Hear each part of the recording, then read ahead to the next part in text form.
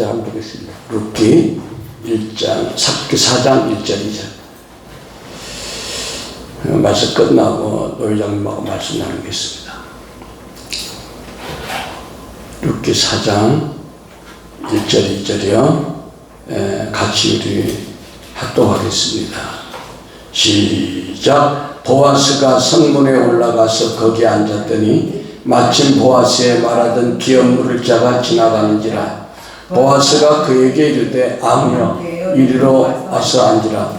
그가 와서 앉으매 보아스가 성읍장로 10인을 정하여 가로되 당신들은 여기 앉으라. 그들이 앉으매. 기도하겠습니다.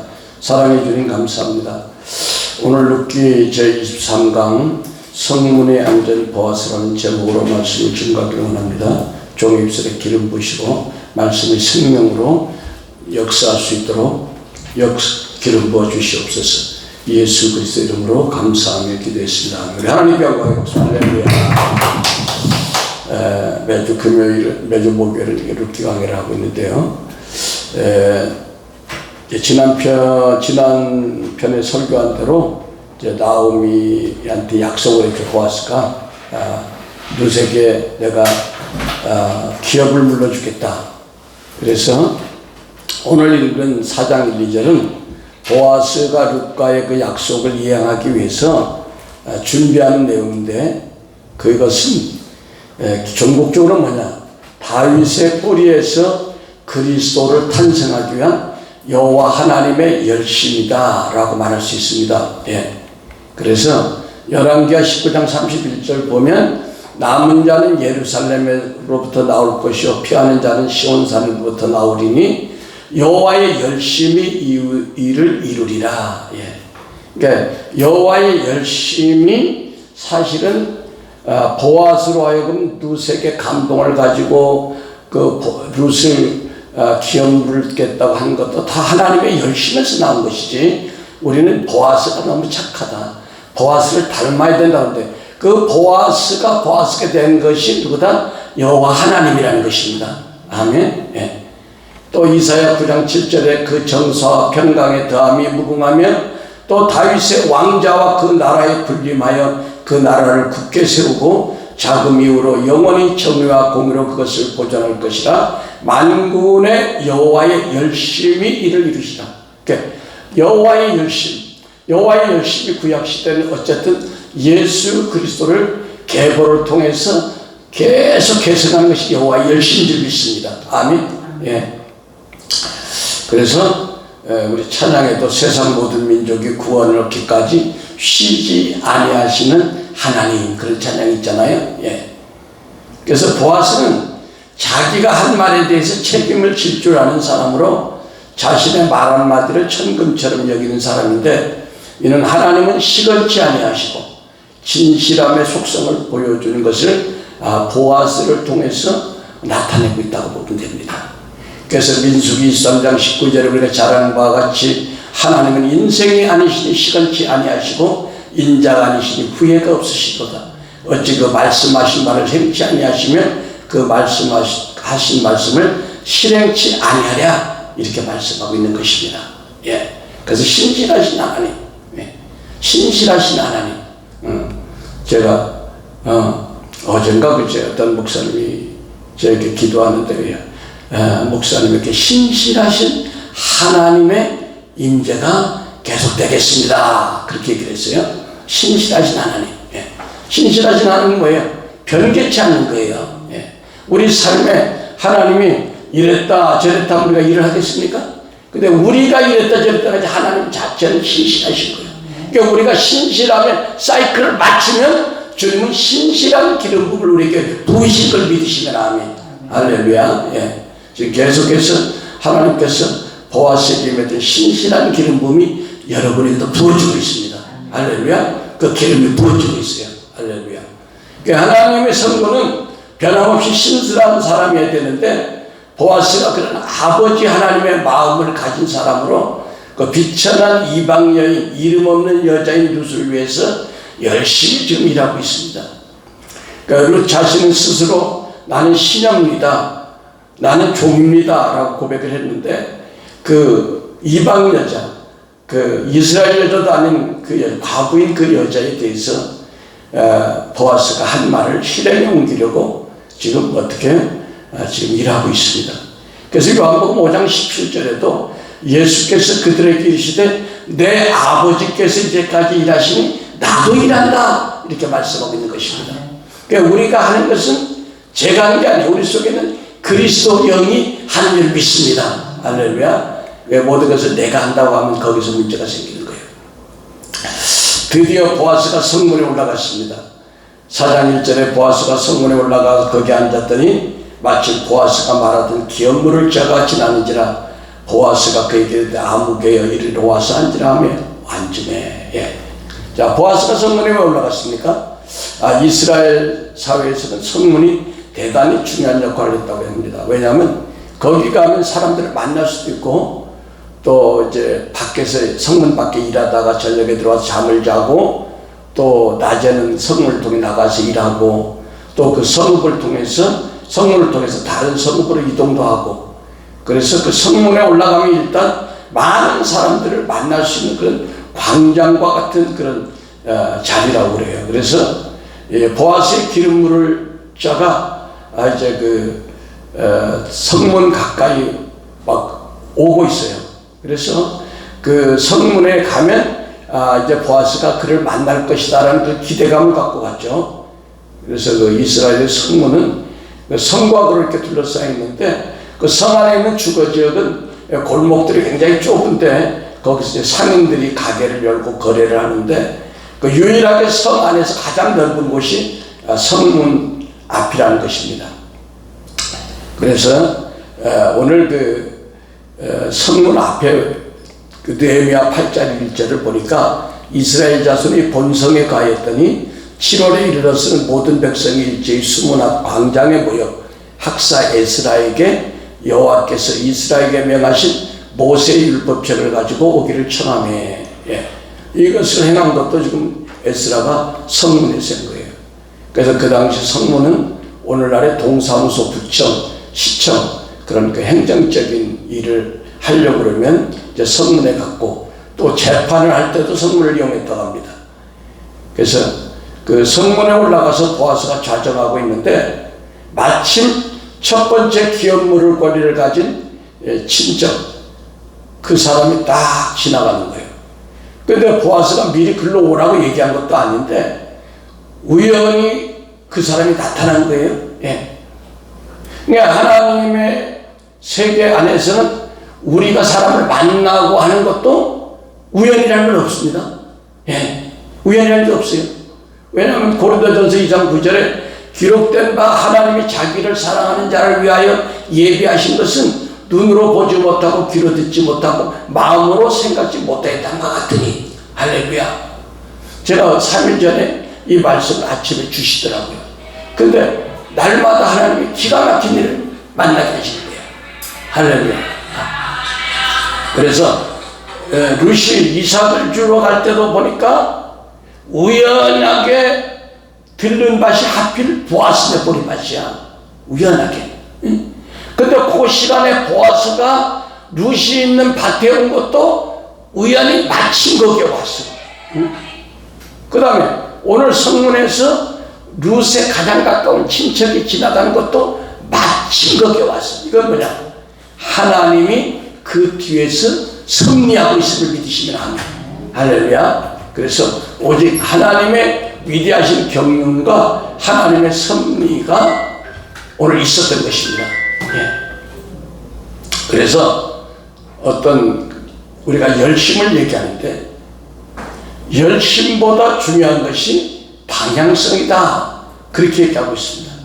왜냐하면 그 이스라엘의 바리새인들이 얼마나 열심을 했습니까?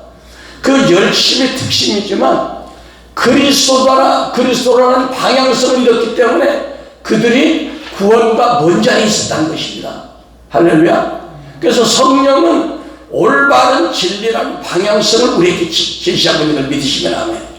그래서 우리가 성실한 것도 좋고 열심도 좋지만 그리스도라는 진리의 영이 성령이 우리 안에 있으면 안 된다는 겁니다. 그걸 얘기하는 거예요.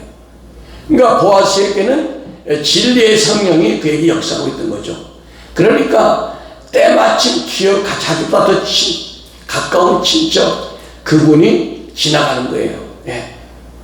그래서 3장 12절에 참으로 나는 내 기업을 물을 자나 물을 자가 나보다 더 가까운 친족이 있다고 그러는데 그 친족이 지금 다 그 앞에 지나가는 겁니다. 오늘 제가 귀한 목사님을 오늘 만나야 되겠다 소원했는데 마침 오셨어. 할렐루야. 얼마나 감사합니까? 예. 그래서 우리가 이른 아침부터 열심히 씨를 뿌리고 싹이 트고 막 하고 하지만 그것을 자라게 하고 수확하게 하시는 분은 누구다? 하나님이시라는 겁니다. 우리의 열심이 다가 아니라는 거예요.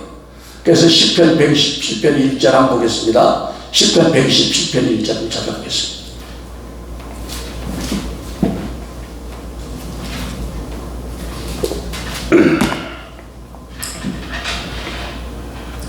시편 117편 1절 시작. 여호와께서 집을 세우지 아니하시면 세우는 자의 수고가 같다며 여호와께서 성을 지키지 아니하시면 파수꾼의 경선함이 거사로다. 할렐루야. 예.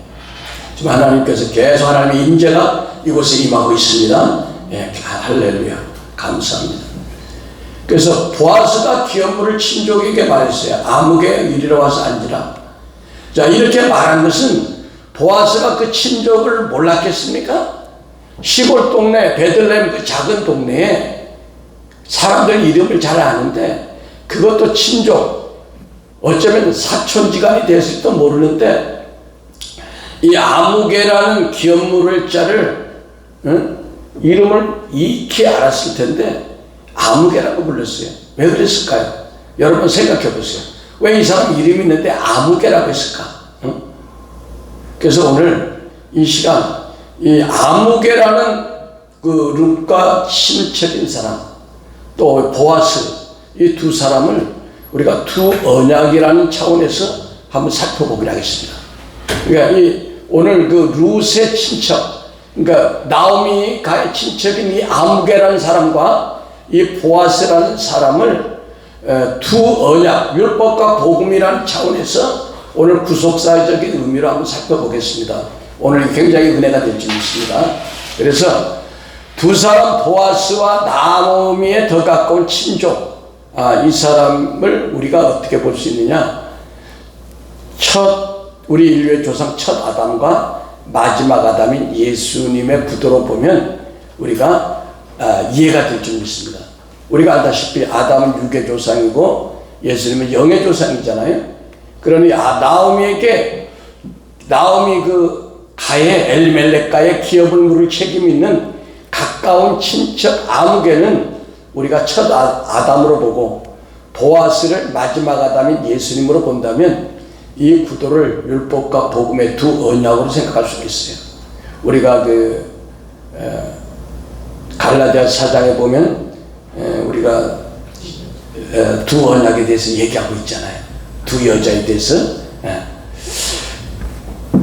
이삭을 낳은 여자와 사라와 또 누구야 그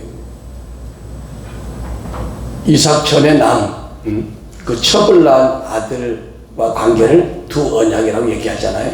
예, 그래서 이 첫 아담을 상징하는 가까운 친척 아무개는 옛 언약 율법을 상징하고 둘째 아담을 상징하는 보아스는 새 언약으로 복음으로 보면 우리가 율법과 복음을 의미로 가지고 이걸 해석할 수 있다는 겁니다.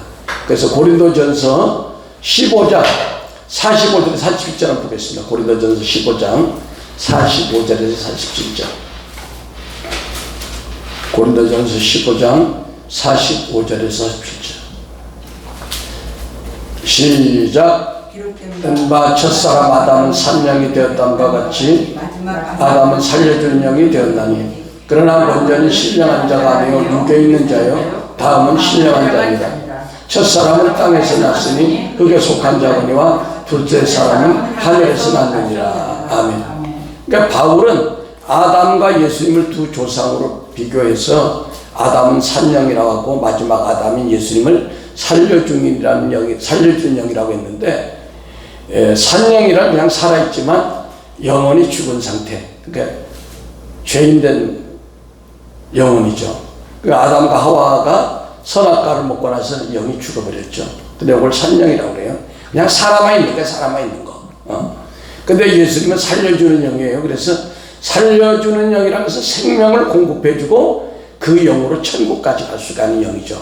그래서 예수님은 선악과를 먹고 죽은 산영, 영혼이 죽은 그 사람들을 살려주는 그런 구세주라는 것이죠.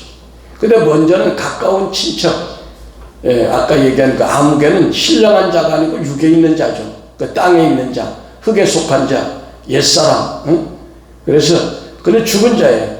그래서 흙에 속한 자로서 그는 뭐야? 이름이 없어요. 그래서 이름이 없기 때문에 아무개라, 살찌는 이름이 있는데 룻기 4장 1절에 보아스가 그에게 이르되 아무개여 이리로 와서 앉으라 하는 것은 아무개라고 해서 이름을 부른 것은 그가 흙에 속해서 땅에 속해 있기 때문에 육에 속한 자이기 때문에 그를 이름을 짓지 않았어요. 왜냐하면 이사야 2장 22절에 뭐라고 얘기했냐면 한번 보세요. 이사야 2장 22절에 왜 그에게 이름을 안 붙였냐. 이사야 2장 22절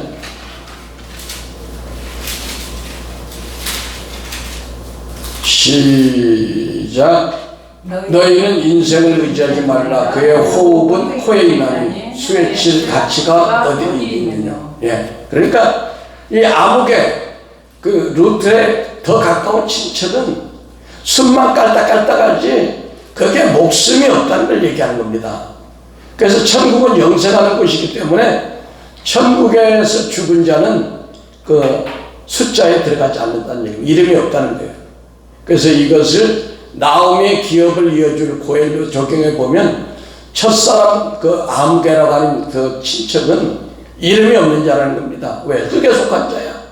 그래서 룻을 살릴 수가 없어. 죽은 영을 살릴 수가 없어요. 그래서 예수 그리스도로 예표되는 보아스가 룻에게 기업을 물려주겠다고 지금 하는 겁니다.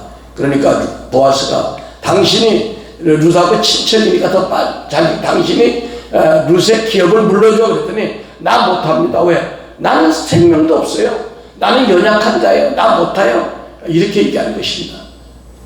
그래서 내가 내 하나 생명도 간수하기 힘든데 어떻게 남의 생명을 책임질 수 있습니까? 그러나 당신은 살려주는 영, 그리스도를 예표한 그 영이 있기 때문에 당신이 책임져라. 물론 친척은 멀지만 당신이 알아. 그래서 보아스는 유력한 자라는 이름을 가졌다고 지난번에 얘기했죠. 그래서 보아스는 산장, 살려주는 영을 가지고 있는 그리스도의 예표인 것입니다. 우리가 사람이 죽으면 호적에서 이름을 지우는 것처럼 그래서 천하에 구원받을 만한 이름이 오직 예수밖에 없는데 이 예수가 그러니까 보아스를 통해서 우리에게 보여주고 있다는 것입니다. 이해가 되죠? 사도행전 4장 12절 한번 볼까요? 사도행전 4장 10절 시작. 다른 이로서는 구원을 받을 수 없나니 천하 사람 중에 구원받을 만한 다른 이름을 우리에게 주신 일이 없습니다. 얘들아. 예수님은 아버지가 예수님의 이름을 주시고 그 이름을 가지고 왔는데 그것을 그 여호와의 이름으로 오셨다고 합니다. 그 이사야 9장 6절 7절 한번 보겠습니다. 이사야 9장 6절 7절 이사야 9장 6절 7절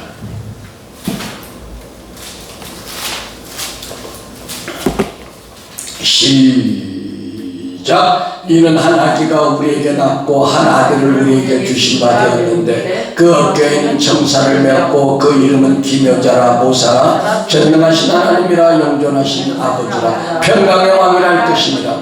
그 정서와 평강이 더함이 무궁하며 그 다윗을 위에 앉아서 나라를 섞게 세우고 자금 이후 영원토록 공평과 정으로 그것을 보존하실 것이라. 만군의 여호와의 열심히 일을 이루시리라. 아멘. 그래서 한 아들을 우리에게 주셨는데 이름이 기묘자 모사 전능하신 하나님이래요. 여기서 말하는 한 아들은 예수님을 얘기하는데 뭐 하나들이라 하니까 아들이 여럿 중에 하나가 아니라 오직 아버지의 생명을 가진 한 사람, 그 독생자, 그분을 얘기하는 줄 믿으시면 아멘. 예, 그래서 독생자는 외아들, 뭐 많은 사람 중에 아들이 아니라 오직 유일하게 아버지의 생명을 가진 분은 예수님밖에 없어요. 그래서 예수님의 이름만이 우리에게 구원을 주실 줄 믿으시면 아멘. 할렐루야. 예. 그래서 보아스라는 인물을 가지고 나오니까 그 나오미 그 가에 고엘이 되는 것은 보아스밖에 없다는 거예요. 왜? 그 안에 예수님의 이름이 있으니까. 예. 이처럼 이름이 있다는 것과 없다는 것이 이렇게 중요한 것입니다. 그러나 루세 고엘로서 가까운 친척 아무개라는 이름이 없다는 것은 첫사람이 육에 속한 생명이 없는 자유, 죽은 자유, 육에 속한 자유, 땅에 속한 자로서 남의 죄를 단단히 줄 수가 없어요. 자신도 죄라는 바다에 빠져가지고 허우적거리는데 어떻게 도와주겠습니까? 그래서 그 아무개라는 사람은 룻과 가까운 친척이지만 나는 루세 고엘이 되지 못하겠다는 것입니다. 이게 바로 죄 아래 태어난 우리 아담의 모습으로 이 세상에 온 우리 인간들의 모습이기 때문입니다. 자, 보아스는 죄에서 구원해줄 예수의 이름이 그 안에 있다고 그랬어요. 근데 더 가까운 친척은 그 안에 예수의 이름이 없어. 생명이 없어. 예.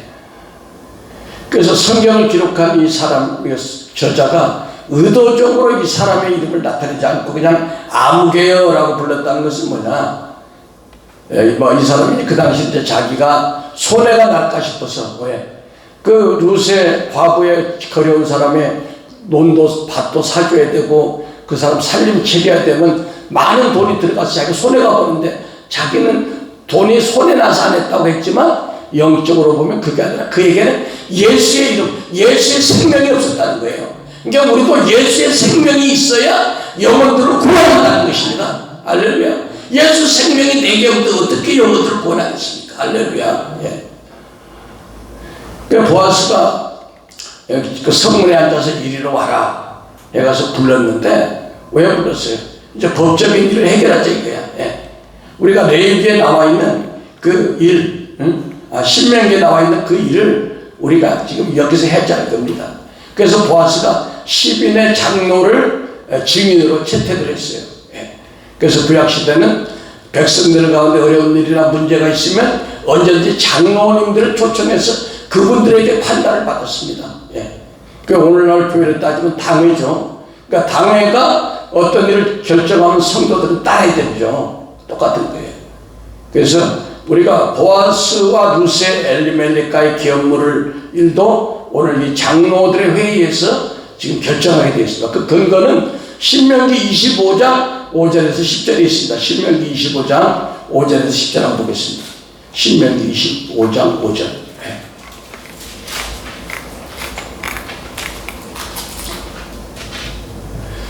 신명기 25장 5절 같이 읽습니다. 시작. 형제들이 함께 사는데 그중 하나가 죽고 아들이 없거든 그 죽은 자의 아내는 나가서 타인에게 시집가지 말 것이요 그의 남편의 형제가 그에게로 들어가서 그를 맞이하여 아내로 삼아 그 남편의 형제된 의무를 그에게 다할 것이요 그 여인이 낳은 첫 아들이 그 죽은 형제의 이름을 잊게 하여 그 이름이 이스라엘 중에서 끊어지지 않게 할 것이라. 그러나 그 사람이 만일 그 형제의 아내 만이하기를 즐겨하지 않으면 그 형제의 아내는 그 성문으로 장로들에게 나가 말하기를 내 남편의 형제가 그 형제의 이름을 이스라엘 중에 잊기를 싫어하여 남편의 형제된 의무를 내게 행하지 아니하나이다 할 것이요 그 서목 장로들은 그를 불러다가 말할 것이며 그가 이미 정한 뜻대로 말하기를 내가 그 여자를 맞이하기를 즐겨하지 아니하노라 하면 그의 형제의 아내가 장로들 앞에 그에게 나가서 그의 발에서 신을 벗기고 그의 얼굴에 침을 뱉으며 이르기를 그 형제의 집을 세우기를 즐겨하지 아니하는 자에게는 이같이 할 것이라 하고 이스라엘 중에서 그의 이름을 신벗김 받은 자의 집이라 부를 것이니라. 아멘. 그러니까 이스라엘 사회에서는 한 가문의 이름이 대대로 끊어지지 않기 위해서 하나님이 정하신 결혼 제도에 대한 말씀을 지금 얘기하는 거예요. 그래서 엘리멜렉과의 기업을 잇기 위해서 룻과 보아스가 지금 결혼하려고 하는데 그 앞에 보아스보다 가까운 친척이 있다고 하는데 그 친척이 자기는 안 하기 때문에 룻하고 괜히 장가가서 나 없는 재산 다 팔아가지고 돈바 사줘야 돼. 그것도 같이 살려면 돈 들어가. 그러니까 그냥 그 육적인 생각만 하고 안 한다고 그랬어요. 근데 하나님은 이제 누구를 통해서 예수 그리스도의 씨가 나올지 모르니까 이 제도를 만들어버린 거예요. 예수님 오실 때까지. 그래서 보아스가 성읍장로 10명을 초청했다는 것은 베들레헴에 10명밖에 장로가 없겠어요. 더 많은데 열이라는 것은 어떤 그 만수, 충족을 시킬 수 있는 만수죠. 그래서 그 온전한 효과를 나타내는 수기 때문에 10명을 이렇게 초청한다고 볼 수 있습니다. 그 다음에 보아스가 4장 9절에 장로들과 모든 백성에 이르되 내가 엘리멜렉과 기련과 말론에게 있던 모든 것을 나오미 손에서 산 일에 너희가 오늘날 증인이 되었고, 그 증인이라는 말이 나오는데 1절에서 자기 친족을 아무여 이리로 와서 앉으라고 했는데 2절에서 장로들을 청했다고 했는데 그것은 뭐냐, 이제 보아스가 일을 매끄럽게, 그러니까 하나님은 절차를 중요시하는 하나님이시다. 그 얘기는 뭐냐면 성령은 어떤 그 질서를 무너뜨리지 않고 하나님 일을 하기를 원하신다는 거예요. 우리가 사람들은 그냥 일이 바쁘면 그냥 생략하고 그냥 빨리빨리 결론만 내려고 그러는데 오늘 이 하나님은 보아스, 진리의 영을 가지고 있는 보아스는 그 성령의 속성 중에 하나가 뭐가 있어요? 이 진리의 영은 새치 같은 게 없어. 절차대로. 아멘. 절차대로 하는 것을. 그 성령의 영은 그 진리의 절차대로 가는 걸 원하기 때문에 자기보다 더 가까운 친족이 있지만 그 사람 의견을 물어보고 내가 기억 모르지 내 마음대로 하지 않겠다는 거예요. 이게 진리의 영의 방법입니다. 우리가 그 예수님 믿는 사람들이 이 진리의 영, 우리 같은 절차를 무시하고 있기 때문에 사단이 많이 개입을 하는 거예요. 사단이. 우리 생각에는 빨리빨리 해서 절차 생략하고 빨리빨리 축복을 받을 것 같지만 그 절차를 무시하고 진리의 성령을 무시하기 때문에 우리가 사단의 공격을 받아 더 일이 그르치는 것이 우리가 많이 보게 됩니다. 우리 삶 가운데. 그래서 이스라엘 율법이 말하는 대로 모든 절차를 이제 보아스는 공개적으로 다 처리했죠. 그래서 이 보아스가 처리하고자 한 문제를 베들레헴 장로들과 증인들 앞에서 이루고 내가 사단의 어떤 공격과 어떤 사람들의 질책도 받지 않고 내가 공정하게 이 일을 하겠다는 겁니다. 이것은 그리스도가 이 땅에 오셔서 율법의 모든 요구를 공정하게 다 사랑으로 이루셨어요. 거기에 대한 그림자입니다. 그래서 우리는 신앙생활 하는데 목회도 그렇지만 성경 말씀에 따라 적법한 절차를 따라 모든 것을 행하는 것이 좋습니다. 우리 한국의 정치 상황도 보면 절차를 무시하고 막 해가지고 많은 문제들이 있지 않습니까? 그래서 우리에게는 하나님의 말씀이 있고 살아가면서 하나님의 말씀이 제시하는 원리에 따라 우리가 보아스처럼 순종하며 행동하는 성도들이 된다면 주님은 우리를 반드시 축복할 수밖에 없을 것입니다. 기도하겠습니다. 사랑의 아버지 하나님 감사합니다. 오늘 성문에 앉은 보아스라는 말씀을 가지고 말씀을 증거했습니다. 주님 이 시간 함께 하시고 주여 역사하여 주셔서 우리도 보아스처럼 아버지 어떤 일에 하나님이 명하신 일이 있다면 그 절차를 따라서 우리가 월권하지 아니하고 순종하며 아버지 아름답게 아버지 주님의 말씀에 우리가 복종하는 저 모두 되기를 원합니다. 예수 그리스도 이름으로 축복하고 기도했습니다. 아멘.